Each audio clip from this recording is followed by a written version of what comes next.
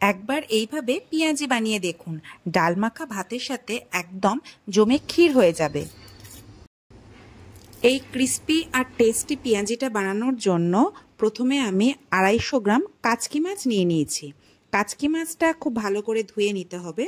এবার একটা পাত্রে কাচকি মাছ, তার সাথে 3 থেকে 4টে পেঁয়াজকে আমি এখানে স্লাইস করে কুচিয়ে নিয়েছি।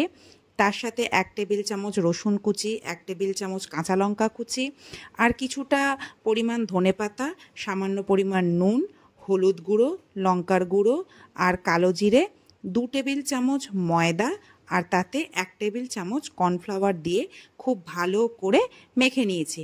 এতে কিন্তু জলের পরিমাণ দিইনি, যদি জল আপনাদের লাগে আপনারা সামান্য একটু দিতে পারেন।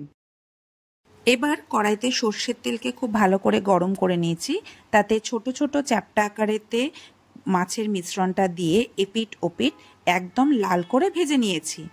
এরকম মুচমুচে ক্রিস্পি পকোড়া কিন্তু আপনারা ডাল মাখা ভাত, খিচুড়ি বা কখনো চায়ের সাথে সন্ধেবেলা স্ন্যাক্স হিসাবেও কিন্তু খুব ভালোভাবে খেতে পারেন। আজকে তাহলে এই পর্যন্তই। আবার অন্য কোনো দিন অন্য কোনো রেসিপি নিয়ে আসবো। টাটা।